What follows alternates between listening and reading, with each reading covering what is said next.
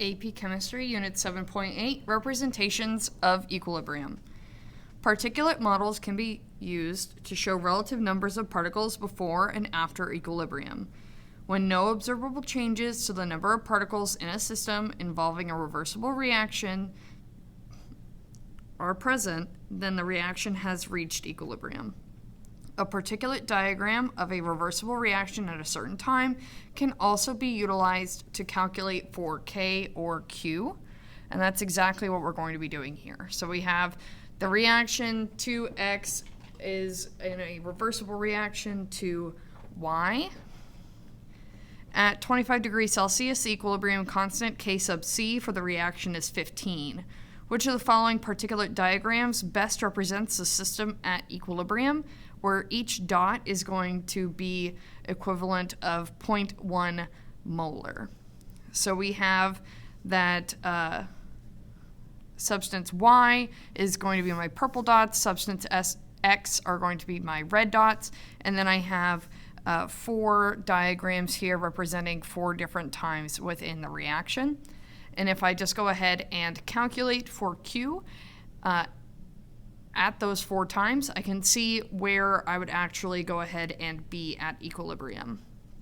So reminder that Q is going to be equal to concentration of my product, which is Y, raised to the first, and divided by the concentration of my X raised to the second, since I have those coefficients there. So I've gone ahead and I've counted each of the dots, and again with this statement here that each dot is equal to 0.1 molar, gone ahead and had those equal my concentration. So I have 4 of Y, so my concentration of Y is 0.4 molar, and then 4 of X, so my concentration of X is also 0.4, and I am squaring that value, so on and so forth, and then going ahead and plugging that into the calculator. I go ahead and get these values out. So at time A, my Q value is 2.5. At time B, my Q value is 1.2. At C, my Q value is 15. And D, my Q value is 5.6. Since I'm looking for the system at equilibrium and I know that my K value is 15, I can go ahead and say that diagram C is at equilibrium since Q is equal to K at that time.